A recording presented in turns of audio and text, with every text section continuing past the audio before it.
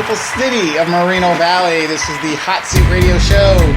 Mr. Moreno Valley, Daryl Terrell, Sean Fortine, and the Wild of the Wild, Tay Wilder, is in the house. And we are going to talk about, we just got done with the District 4 debates.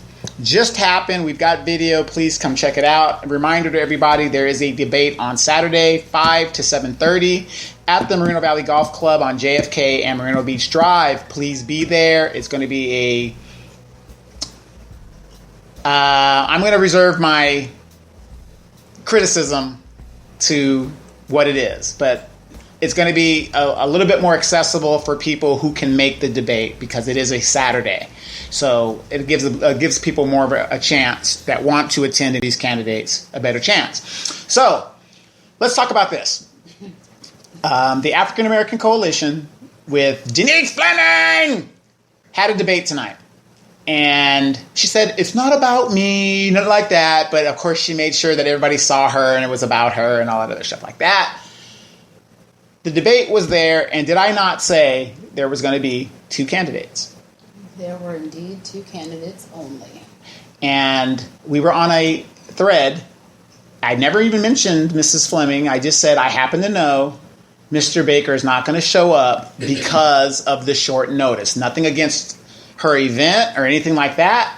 I talked to Mr. Baker to see if he was going to show. He says, no, I had prior engagements. She sprung this on me at the last minute. Can't attend. From what I understood, he actually did say he was going to go and then turned around a couple of days prior and said that he was not going to be in attendance because he had an event that conflicted. Exactly. And that could happen when you're a candidate because your handlers might already have something scheduled. You know, you might say one thing and whatever. But the point is, it was a valid enough excuse for me. Bill is doing her thing. And so anyway, Daryl, you were there. Let's take it from your point of view. Let's start us off. Go ahead. Well, the questions and the I guess it's should have been more focused on the 4th district. I mean, it was a lot of WLC pass or warehouses in general, or it was just basic general, if you was running for mayor type of questions instead of specific. Okay. At the end, they were talking about what are the important issues in the 4th district. That probably was the only thing. Okay, the format of it was you had questions that were already canned, so by the African American Coalition and Denise Fleming, which had nothing to do with District 4. And then they went to the audience questions. Right. And a lot of questions were repetitive. But all in all, your overall rating of the debate from what you saw, Daryl, just real quick. I think it was... How was the turnout? The turnout, there were people there. There were people there. It could have been a lot of more people. Can I ask you why do you think people did not show up? Well, at this time, could have shown people are probably getting home from work, or they spend 2 hours on the road and they're tired, and it wasn't in the time frame that it should be on the weekend. Right. And that's, to me, if I was coming from LA or Orange County and I'm tired, I got kids at home, I will say, you know what, I'll just watch it on the internet or Facebook. Right. Or someone. Wait till somebody put it up, right? Yeah. Tay, what is your take over? Give us your criticism of what you saw in the debate and the turnout. I was sad to see there wasn't a lot of. I mean, it was an okay turnout. I would say there was at least 40 people there. I mean, yeah, I could say about 40 people. I wish that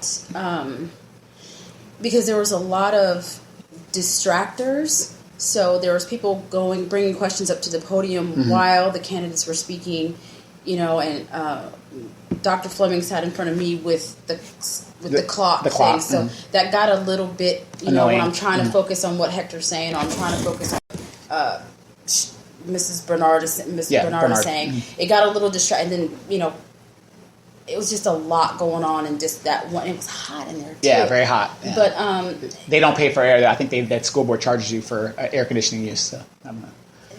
The questions were a little too Mo Val specific, not really anything that pertained to District 4, I liked when Mrs. Bernard did talk about, people in warehousing and how she has warehouses, popping up in her backyard, and that is a turnoff for a lot of people. When they talked about zoning, right, that's when I was like, okay, now we're getting somewhere, and it didn't.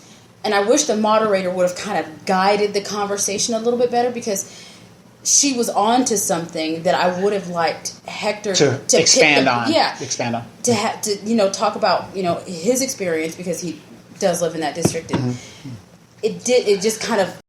It was, I asked you a question, and then it's over. And then that's it. There was no really... Back and forth. There was no back and forth. Debate. There was no point, counterpoint. Right. It was just, I asked you a question, and then that's it. Right.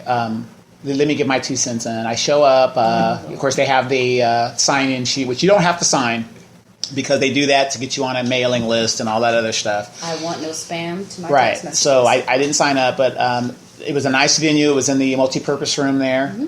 They had it there previously. Event started, and like I did say, there's only going to be 2 candidates. Now, does anybody happen to know or heard of any reason why Mr. Kerberos was not there? Crickets. I don't know. Yeah. Celebrating 420 Day? It is 420 Day, so that could be it. I mean, and that was a good point you brought up. Right. He had more important things to do. But I am going to say this.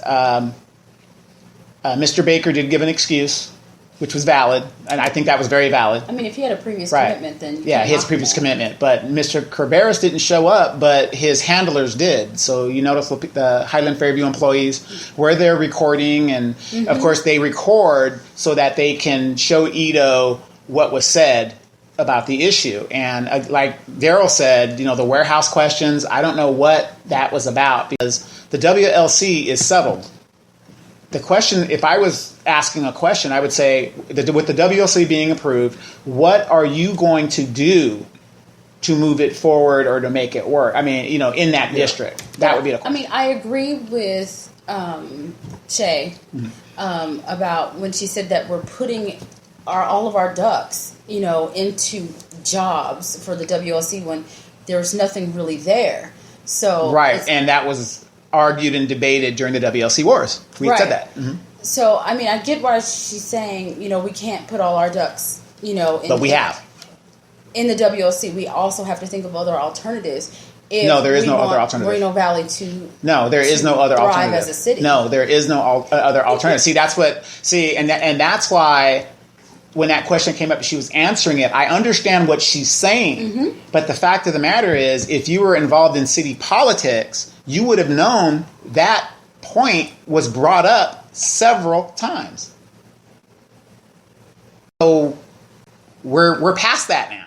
We have decided to put all our eggs in one basket.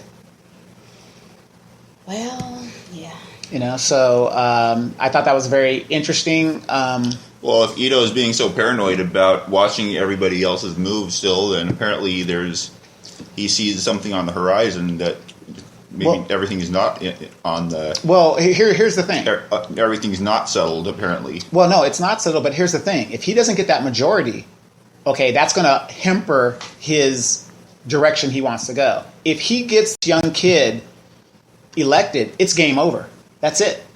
I agree. We're done. He has the majority. He'll put Raphael on the city council, or on the planning commission, excuse me. And he's already got Evan Moron on the school district, and he'll complete that project as it goes.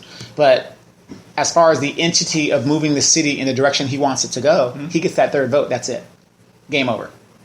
So that's what all this is about. That's what it's about. And I like the fact that they did bring up the infrastructure question. But here's the funny thing. There is no such thing as an infrastructure bond yet. Yes. And they were talking about something that is a hypothetical. Right. But I did like how both of them did reply that it shouldn't be put on us as the residents, especially with the current gas tax and all these other things that they're trying to tax the crap out of us. So I get where she's saying that we as residents should not have to incur another tax. However, if this bond does happen, it's going to happen. It's going to happen. You're an expert. You know what's going to happen. It might not happen today. It might not happen next year. This thing has a 25-year limit. The thing about the bond is that if this project is so awesome, where are our private shareholders for it? Thank you. Ta-da, there you go. People are starting to think now because actually I've been getting a lot of comments and emails in regards to what bond are you talking about, Donovan? What are you talking about? Well, golly, that's the first thing you should think about. Anything that's being built, you got to put sewage and stuff out there and lay the pipe. Okay. And I don't mean that in a derogatory term. Okay. Well, he already does that to us anyways. Right, yeah, and no Vaseline, Yeah. thing. So, Tay, give us a little bit about your notes and just kind of tell everybody real quick what's what. Okay, well, it started with the kids giving like little introductions of themselves. Mrs. Bernard said that she was running for better air quality. I still really don't have a clear picture of who she is. I mean, she really brought a lot of energy, and she was, you can tell that she was very well prepped for tonight. But how is she going to work on air quality on the city council? Good question. But we didn't get a chance, and that's where I was kind of hoping the moderator. It was just. And that's where I was kind of hoping the moderator would be able to guide them to and where... there was no guidance. It was just, hey, how are you? Where you been? And, okay, great. This question. Right. Hector Diaz... Which is okay. Which was fine. Yeah. But Hector Diaz came... he was... Be honest. Just, we're just talking. No, I mean, it was, he wants to give back to Moreno Valley. His top issue was public safety. He gave a little bit of his background. He said he had a BA in criminal justice. He wants more police on the street, more sworn officers on the street, not behind the desk. He wants to reduce crime. He wants neighbors to get involved, like neighborhood watches, other type of volunteer programs. He wants Moreno Valley to be more business friendly. We are business friendly. We're giving all our business to a developer. We're 99-cent store business friendly. Right. Okay. He wants to recruit more big businesses. He gave an instance of IKEA, which in reality would probably never happen, but whatever. Yeah. And he reiterated that he is a job creator because he does have a local business. Right. And, excuse me, that Coke is really good. Let's talk about the elephant in the room since Hector Diaz, and he's a friend of mine. And when I say people are a friend of mine, that doesn't mean like we have drinks and we hang out. Roy Bleckert, friend of mine, but we don't hang out. Okay, I know him, whatever the deal is. I think Hector is all the candidates besides Cabrera's, I think, are very good candidates. Okay, that's number one. That out there. I've talked to Mr. Diaz. I think he's a great guy, whatever. But let's clear the elephant in the room. Okay, he brought up law enforcement, which I kind of cringed at what recently dropped on social media. And, Tay, if you want to take us through that a little bit. Okay, so apparently in 2016 there was this incident at this restaurant with an individual that was a problem before. Some type of incident took place. The specifics, I don't know. It was in... well, there was an altercation, basically. There was an altercation. It ended up... where the assault charges were dropped, and he is or was probation, currently on probation for disturbing the peace, and that's it. It was brought out on Moreno Valley Books Matter, like it was part of the story, not the full story, which kind of disappoints me because it just looked. The people that put it out there made it really unnecessarily messy, instead of bringing Hector to defend his corner. They just put it out there and put half a story out there, and then people were like, "What's going on?" I haven't had a chance to affect the story, and the way it was presented, it seemed like there might be some credibility issues with it. Right. Has anyone actually been able to verify it's the same guy with the same date of birth and everything? Someone did verify that the incident did happen. The incident did happen. Okay. It is definitely Hector Diaz. Okay. Unlike a lot of people, okay, just like I said to Denise Fleming, I don't have to talk to you to get the information. I'll call the candidate. And I did talk to Mr. Diaz about it. Yes, there was an incident. He, if asked, will address it. If you ask him a question, and most likely the debate Saturday, he'll probably had a fundraiser tonight. Yeah. Okay. It's funny how he has fundraisers on nights that are, debating things. He'll have a fundraiser on Saturday too. Mm-hmm. But anyway, but it's probably going to come up Saturday, and only he knows the stipulations of what the situation was. Yes, there was an actual altercation, but there's his side to the story, and I would ask everybody to listen to both sides of the story. I mean, you're going to have your opinion. I have my opinion about it, but he is a business owner. Altercation did happen. It isn't as bad as people are trying to spin it. And I think that's what bothers me the most. Instead of just saying, hey, bringing it to Hector Diaz, saying, hey, we found this. However, people Google searching, paying their dollar, their dollar on Riverside County. Right. It was just, two different posts by two different people, and then it just got really negative really quick. Mm-hmm. What I wish would have happened was that Hector would have gotten in front of it, right, and said, hey, this is what happened, this is currently going on, and then that's it. Right.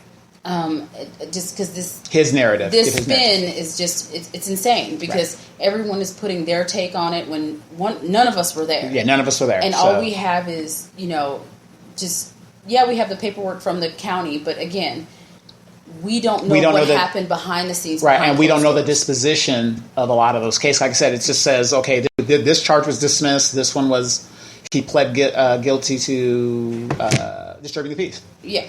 For what we know. So, and the reason why we're talking about this right now, because I don't want anybody to say that, Donovan, he talks about this person, but he doesn't talk about that person. I just don't like when people go in and start to try to target someone's credibility. Right.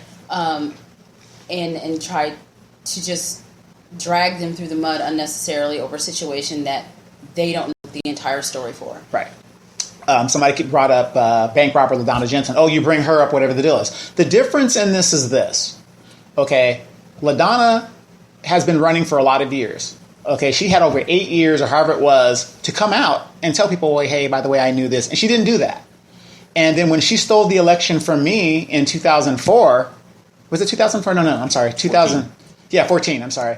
In 2014, if it was known that she was a bank robber, I would have been the council person. There's no doubt in my mind because Victoria was out of there.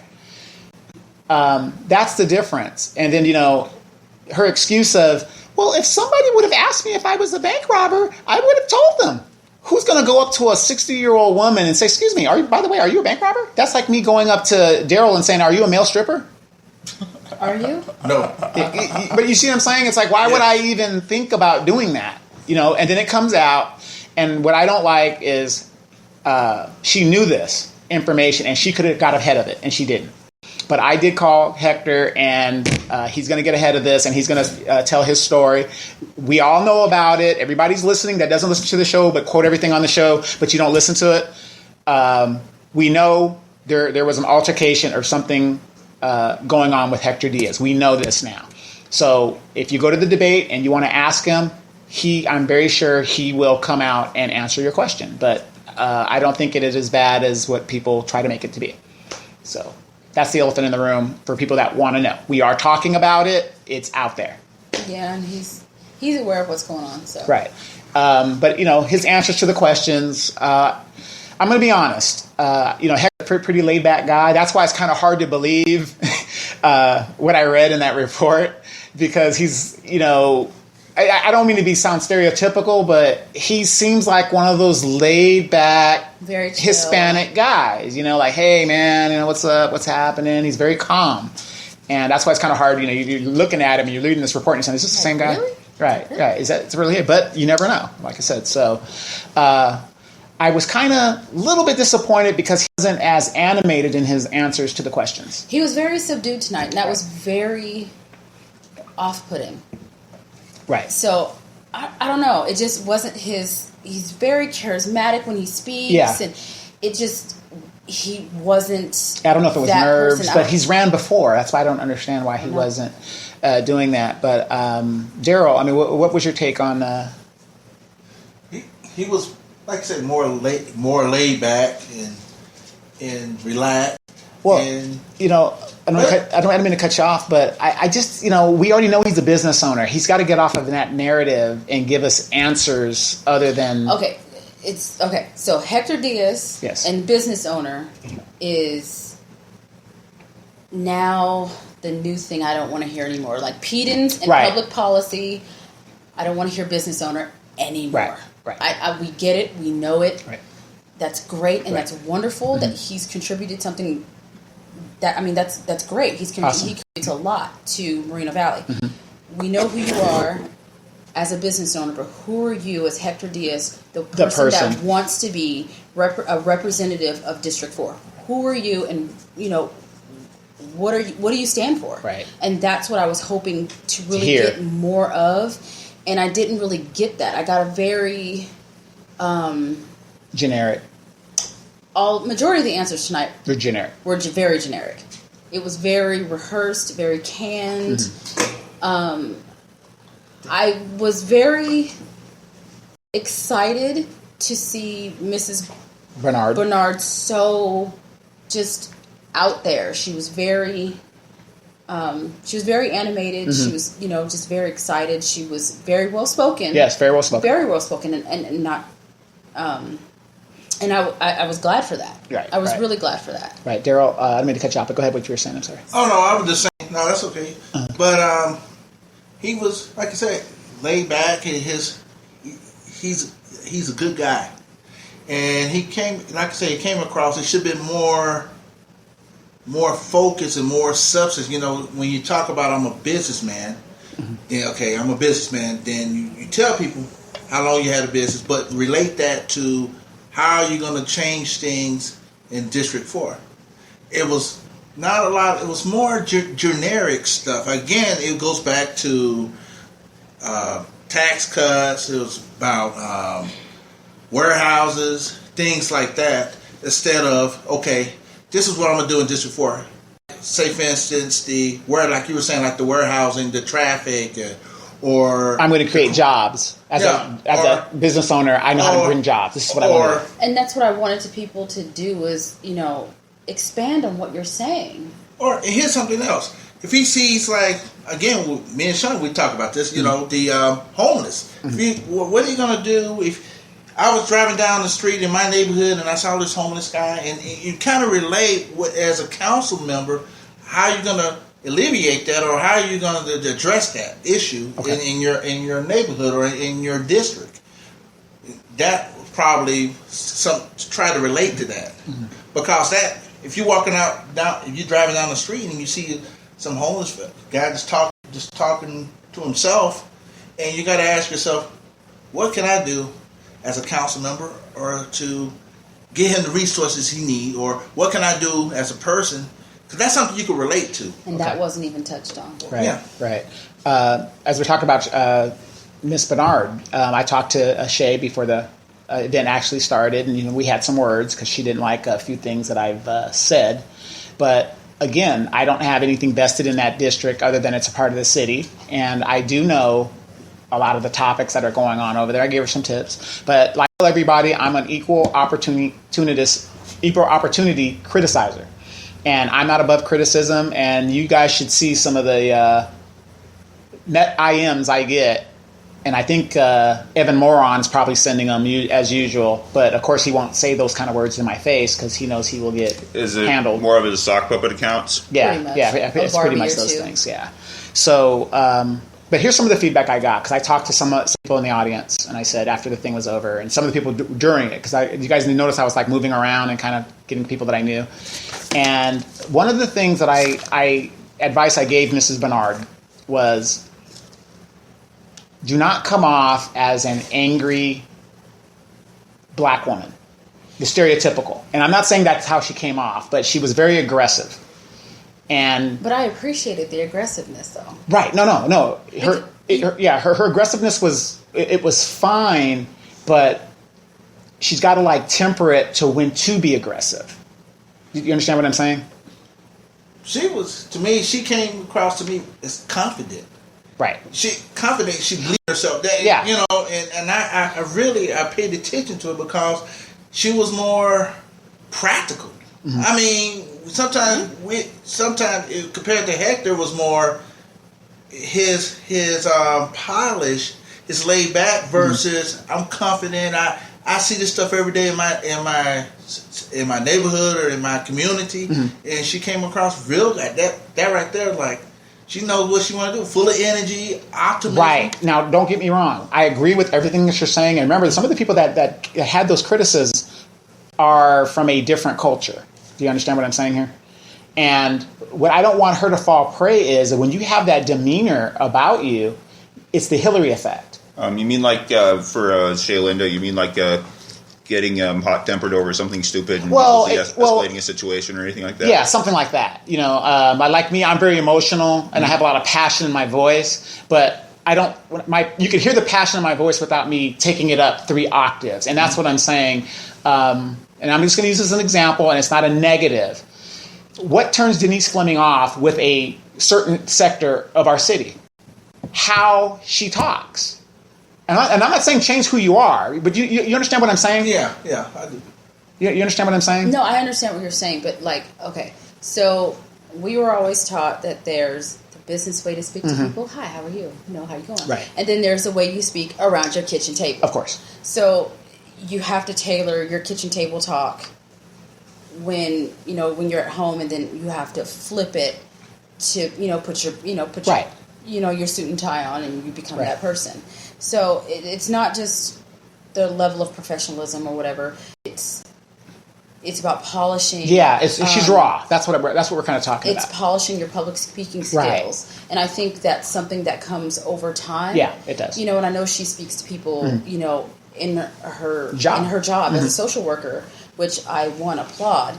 But speaking to someone as a social worker versus speaking to someone as a constituent, as the potential council person is something completely different. So right. I think with that comes over time, and it's not something I wouldn't immediately expect from just an average regular girl from around the way. But knowing that nobody listens to this radio show, but they listen to the radio show, but they don't listen to the radio show, even though they quote everything on it.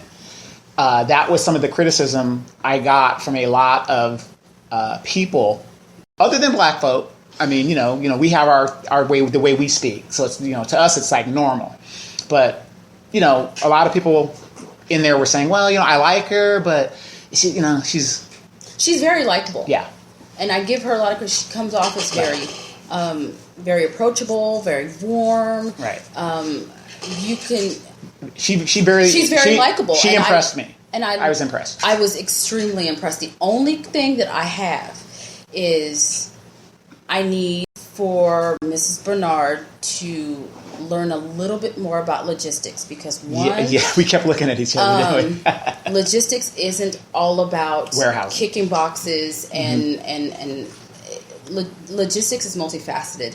And when you're on the outside looking in, you don't really, or you're not very familiar with logistics. There's people with doctorates in supply chain management and global logistics management. I'm going to school right now for my MBA in global logistics management. So it's not just a minimum wage job. There are high level executive jobs that are part of the logistics field. And but how does that apply to Marina Valley? If you look at how she characterized that logistics was all about kicking boxes. But in Reno Valley, I mean, if you look at the census statistics for the level of education, realistically, logistics in Reno Valley for most residents is going to be kicking boxes. Right. Which until is the robots come. Right. And she was finally, somebody brought up the fact that, automation is right here in front of us. But again, it doesn't diminish the size of our warehouse. It just diminishes the people that go into the warehouse. So where she was spot on was about not just kicking boxes, having people pull stuff off and box it and put a stamp on it and call it quits. It was the people to maintain the automation equipment, and the people that run the show, the supervisory levels and above. That's where we need to start redirecting our education too. Well, if she had been involved in the WLC wars, she would have saw Ito's presentation, and Ito would have said, see, everybody's going to be a manager. Everybody's going to be a technician. These are high-paying jobs, $40,000, $60,000. and that's See, the problem is Moreno Valley was sold a bullshit dream. okay. They really were. They saw this presentation. Did anybody consult with actual legit people? No. Did anyone have There's logisticians everywhere. No one said, No. can we fact check anything? No. Even Were there studies done? even when I came in there as a semi-standard logistic person and said, hey, that doesn't jive. The Panama Canal is opening its locks. The Nicaraguan Canal will be open in a couple of years. Right now, the cargo that has come into the West Coast has been reduced by 27%. Because think about this. Just use your common sense. This is not rocket science. If I can go to Galveston, Texas, the middle of the United States, and drop my goods off there, wouldn't it be easier to distribute from the center of the United States rather than putting it on a truck and going all the way across? That's why people have hubs. Yeah, you could even put it on riverboats in Mississippi. Exactly. So, And then, I think I mentioned this before, Lenexa, Kansas. You move it, you get up into the Great Plains area, into the central part of the United States. You get where several freeways and railroads all intersect, and then boom, disperse. it's and you everywhere. disperse it. Wouldn't that make sense? How come Ito and Highland Fairview are talking about that? To not think that just that part of it is going to affect all these warehouses here. How could you still say let's make a 700 football field warehouse? I think for them it's a severe lack of knowledge, and the fact that they can go in half cocked. And Moreno Valley said, "Oh, this is awesome! Sign us up." And now, look where we are. Right, land speculation. I've helped to upgrade a couple of concrete plants, and I know a little bit about the technician for the automation deal, and there's no way you can support a city on the number of technicians that place is gonna require, because realistically, occasionally you're going to need a couple people to go there and go wrench on something, but most of it is going to be in a computer database or a computer center somewhere in India. Yeah, India, China. The ones for the concrete plants I've worked on, there was either in Vancouver, Canada, or in Texas, Right. And if you don't mind the lag time, you can even put it on the moon, like I've said back in the WT wars. Realistically, you don't need the people here to work on it and maintain it, and there's not going to be enough technician jobs to have any significant effect on Moreno Valley's economy. Thank you. Not everybody wants to be a technician. Not everybody wants to be working in a warehouse. That was my whole point. You can't put all your eggs in one basket. Being a technician can be cool, but there's not going to be enough of those jobs to go around. That's what I'm saying. Well, and they did talk about, what happens if the WLC doesn't materialize, and all these the hot jobs, the nursing, and all that other fun stuff. Well, it's not. We know the WLC is never going to happen. That's fine. Whatever. The thing is, and the way forward is, what do we do as far as a city? We have the county hospital that's not staffed. We can't bank on all of our kids wanting to be nurses and janitors and hospital workers. That's my whole point. Logistics. That's my whole point. How can you foresee what your kids are going to do? Some of these kids are going to be athletes. Some of them are going to be doctors. Some of them, and most of them want to get the hell away from here because there's nothing here. Some of them are going to be drug dealers. Some of them are going to be. Yeah, I was going to say if the schools don't get their act together, we're going to have a whole we're going to have a pretty big license plate industry coming out of the valley. Right, and and that's what I'm saying. If these people, Luis Palomares and these Highland Fairview employees, if they can see the future, why aren't they playing the lottery? Well, and that's what I was talking about when it came to what they were talking about. I was kind of disappointed because it was more generic. We were rehashing city issues. Now, as a candidate, you are not the mayor. no. It's good. It's good to bring up some issues that are going to be before them as a council to know how they're going to handle it. But I find it odd that they could not discuss what's going on in their district. Well, there was all those canned questions, and then they had the questions from the audience. But the questions, when they got to the audience questions, were two, maybe three questions? Because someone asked about the infrastructure bond, and then they turned around and threw that out. And then they asked, I forgot what they asked about after they threw that out. And then they ended up going back to the infrastructure bond. Right. And I was like, well, wait a minute. We just... Right. Some of the questions were half end on another question that was kind of the same. But what I didn't like is they didn't really answer the questions. Everything was really canned. I mean, Daryl, what do you think? I just want to make sure I'm not the only one that saw that, because when they were talking, it was like they didn't know what they were talking about. Well, again, when they talked about, here's a perfect example. When they was talking about the infrastructure bond, the answer should have been, well, there's nothing like that at this time, but here's my opinion about it. Thank you. And Ms. Bernard, she said something, well, it's before something like it was already here. And I was saying to myself, I cringed. I said, well, there's no infrastructure bond present. So it should have been, what is your opinion about it, about this infrastructure bond? But it was mostly, they didn't really answer the questions. I mean, I was waiting for something like, here's what I think. Asking the question, just answer the question. Well, the question to me that really threw me for a loop was the most important issue. Of course, crime is everywhere in the city, so that's generic. Of course, a lot of it is happening on that side more so than on Edgemont. Isn't that weird? But the post office thing... I don't care about mailboxes. Yeah, mailboxes. That isn't something... I know identity theft's a serious thing, but that's an individual problem. There's not much that the police department can do about that. Well, I keep suggesting that they need to look into making a corporal offense, and that would fix a lot.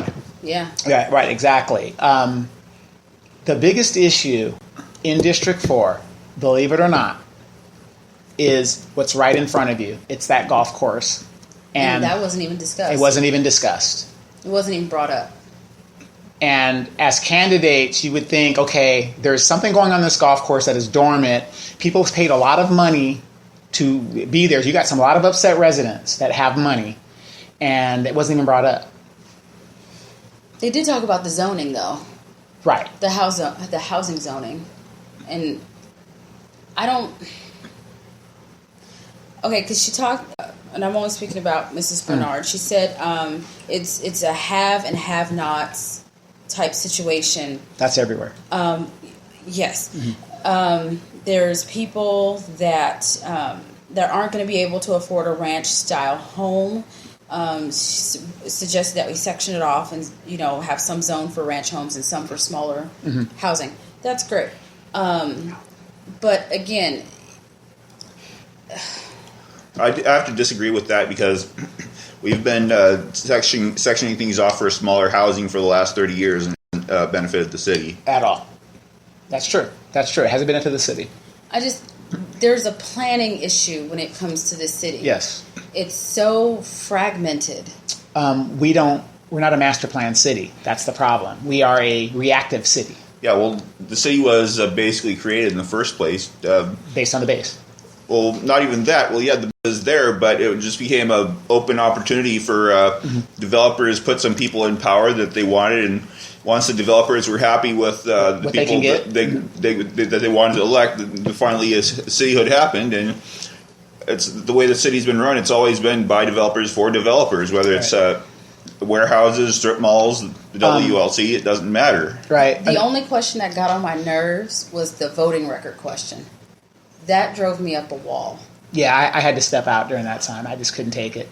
Who cares? Well, another thing that really bothered me was the issue of what was going on at the base. Nobody seemed to know what the hell was going on at the base. Now, here's my question to everybody listening, because I know we're kind of dragging whatever. I mean, my jaw literally dropped because, yeah, you heard about this and you heard about that, but March Reserve Base is the biggest employer in this city, in this area. And the candidates were not very knowledgeable about what was going on over there with the JPA. That's concerning, because realistically the JPA is your best bet for having a decent logistics-related jobs. Right. Daryl, they've already got blueprints out and working, as opposed to like the quote-unquote avatar, enhanced graphics, concept art, where I don't know, it looks like there's like warehouses and offices and trees all in the same Right. space. Right. Looks like hired the same guy that drew all the concept art for all the NASA space stations and stuff in the 70s. Well, I mean, the answer shouldn't be, we're going to do this, and they have all these jobs over there, and they're building things, and we got to work with them. You got to be specific when you answer the question. What do you mean work with the JPA? How? What? Daryl? It was more, again, generic, more open-ended, more just the sky is blue. It's not. It's like a question like that is very important. The JPA, they're building things. They're building things. You're going to be a council member. How do we work with them? Yeah, and how do we help them? It boils down to knowledge, being knowledgeable. Right. I mean, just be honest, knowledge, because if you know the issue, you wouldn't be answering questions. Like, again, I'll go back to the property tax thing. Mm-hmm. It wasn't relevant to the fact he says, well, what about raising the property tax? Then first of all, you go to the people. You don't raise property taxes. And if you ask me personally, do I believe in it? Then you answer that question. But you have to lay out people that you know that that's the most important thing as a councilman. You got to know what you can and what you can't do. And As a council it doesn't seem to me the knowledge about what the job does. You just don't make everything beautiful, but you have to know that you should be up to date on the issues. Right, the kumbaya moment, and that's what I really got out of a lot of what's going on. Why don't they know about the JP? I mean, why don't they go down there and talk to Danielle Wheeler? We did. It's not exactly a rocket science to get down there and talk to her. Right, and it really would help you in regards to if you plan on running for office. You got to know the issues and the players in those issues. Why is it that, I bet you if we ask them who's the base commander right now, simple question, and you can go on any website, you don't even have to go meet the guy. Google is You can Google it, and Google it'll tell you who the base commander is. Yeah, and also going down and talking to the JPA and Danielle Wheeler, that would really put what's going on at the World Logistics Center into perspective. And then what we can do to match it. And like I said, I'm not saying I was disappointed, but I wasn't surprised at what we were hearing, because God forbid, I'm in the Edgemont area when I was running, and people asked me a question. I didn't know everything, but the majority of it, what you asked me, I can tell you, because I live here. I know what's going on. Mm-hmm. So I love the passion. It was great. So I agree. That's what I'm saying about knowledge. Knowledge. You got to have knowledge of the issues to grasp, because a council member has to. They're gonna get all these facts. They're gonna get all the information, and you should be able to absorb it, ask the tough questions, and be able to make the tough decisions. Well, what I don't like about two of our councilmen right now, they have all the information they have, but yet they're like WLC all the way. Even though, what about disaster? To them, there's no disaster in their mind. The WLC is going to work. They just know it. 25 years, how many recessions can the economy could go through in 25 years? A minimum of at least 4. Minimum of at least 4. So, it's just... what about political changes? Like, okay, if we run into... If we have growing tensions with China and end up in a little bit of a Cold War, who's going to start? Where are they going to move all the crap that they plan on moving through those warehouses? Exactly. I mean, there's so many factors. Hypothetically, let's say Trump jump starts the way the economy used to be in like the 50s and 60s. Are we going to go back on the gold standard? No, I'm joking. Go ahead. Well, I think that would be cool. Yes. But back to what I was saying. Does the WLC people, especially Ito, have any plans to adjust their business model for exports? Right. The thing is, Ito has no idea about how to. He has no foresight. He just jumps on the latest bandwagon. It's land speculation, and that's all it is. And we're going to talk a little bit more about it. And moving forward with the debate coming up on Saturday in the next hour, Donovan Sadiq, Daryl Terrell, Mr. Moreno Valley, Tay Wilder, and Sean Fortime. We're going to just jump on that, and we'll be right back.